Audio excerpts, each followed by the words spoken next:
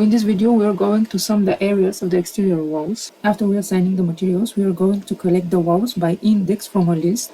This will be possible with two methods, with available components and with C# components. This is our first setting. Here we can parametrically assign different sizes of this room and extrude from one plane.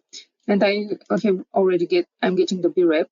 And the second chance is by creating a B-rep here directly in Rhino and assigning this B-rep. Now let's see what is the difference.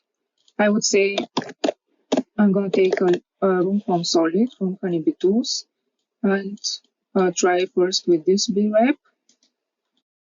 So here from Honeybee, going to need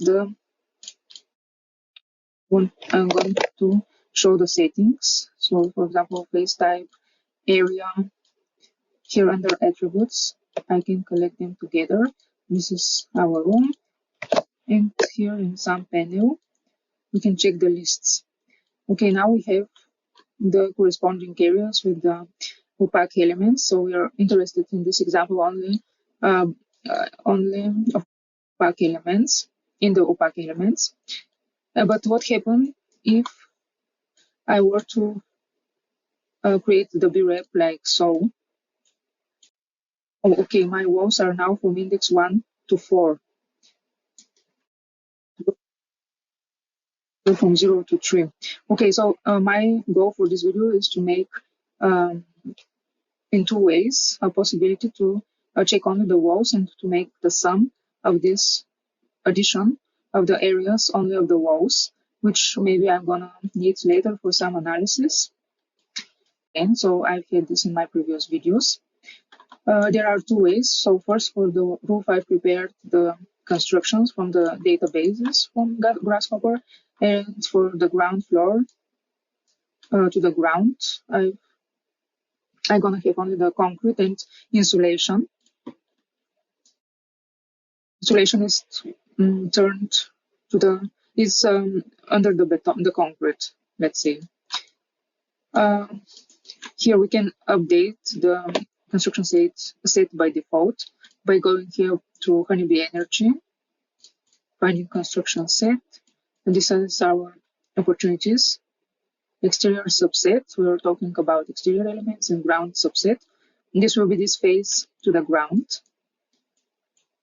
And to do this, I'm going to need once this and the ground construction set. Wall, I'm going to fit in the wall and roof by roof. And now I have the exterior set. Oh, we can actually see if we make real changes by checking the energy settings, your construction value, I think.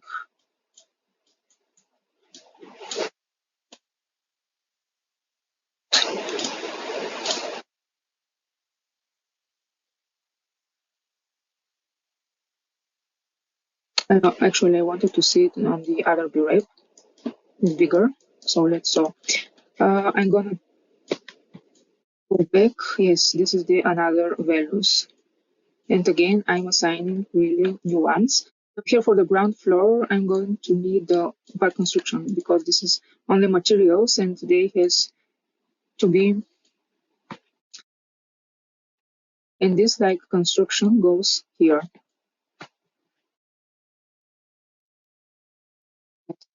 Set to ground subset. And then I'm gonna update the construction of the floor. Okay, now we are set, ready to go. I'm just gonna take this back because I'm gonna need this list.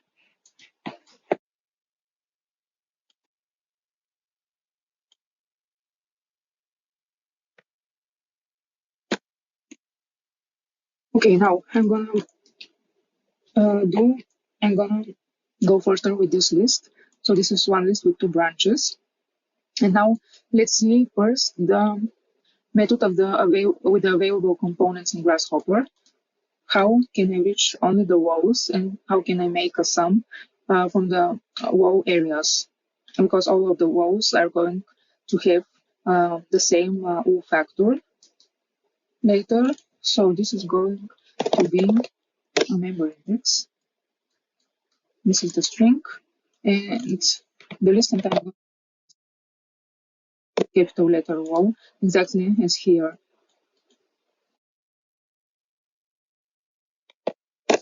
Now I'm getting again two lists, but since I'm searching only for the wow, the first list, first branch is empty. And now I'm getting the indices from 1 to 4, where I have the word wow. Data tree, explode tree is called this, okay. Uh, I have to have the list separated, sorry, because here are the areas, and I'm searching in this list only the areas that have these indices. I think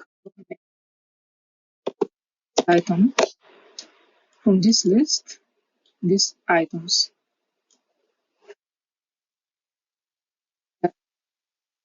Yes, this is only the areas of the walls.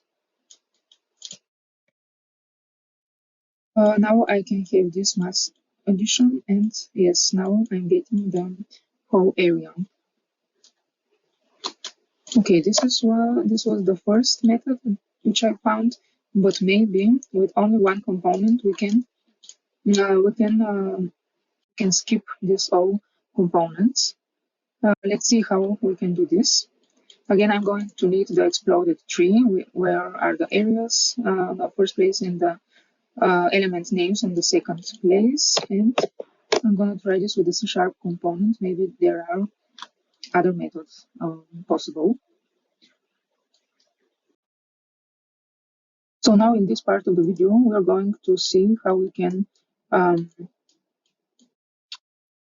can replace these whole components into one workflow with the C# component, where I'm going to use the exploded tree, one list with the areas and one list with the walls. I'm going to search if the list of walls of the elements contains wall, the string wall, and I'm going to compare where these values for the areas corresponding to the walls, and I'm going to sum these areas.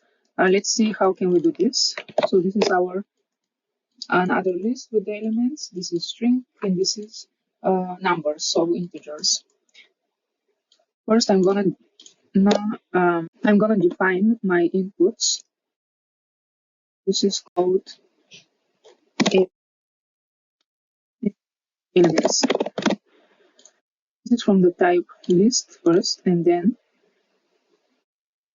integer, and the elements also are list, but they are string, the category string. Second, this was my elements, these were my areas. And I'm gonna rename also my output, like area W, for example. This is gonna to be only the area of the walls. So this number is our goal. Let's see what happens inside. So here we see our inputs, list areas and list string, and also our output.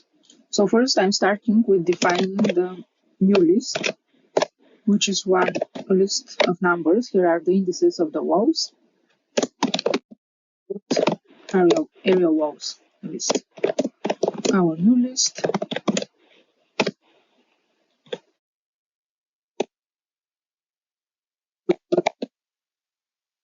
Correction.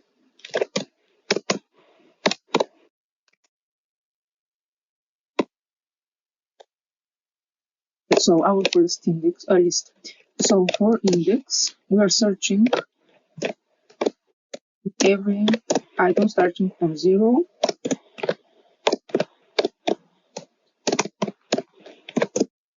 going through all elements, items in the list elements, if these items containing every element, if they are containing the string wall. So opening the for loop, and inside I'm gonna go further with the if condition, if this list code elements. So this was our input,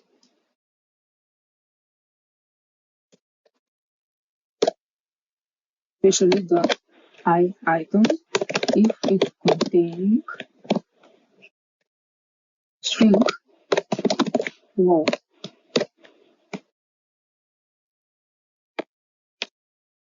And for this, I'm gonna use the new list which I created, and I'm gonna add all the indices which are contained in wow. This list. Yes. And here I'm closing the if, and I'm closing the for, the if condition and the for loop. Okay, after that, after we find all strings wow, I need the sum in the other lists from areas. So I'm defining this sum. First of all, some number to be existing, and um, in the new list that I'm going to the indices of the new list, those area walls to the elements link to for loop, and I'm searching for the sum of which list of the areas, our other input with numbers areas, in which indices these which are corresponding to our new list area walls. Okay, and I'm gonna close the for loop. Which I need at last is our output, which is under this sum. Searching for this sum. Okay, now let's see if this was right. Okay, this one. Yes, this is the exactly same value. So we see how instead of making this workflow, of course you can try like so, but now regardless on how we've constructed our VREP, we're getting always the sum only from the walls. Regardless on which index is going to happen this. So this was all of it for this video. I hope you enjoyed, and till the next one. Bye.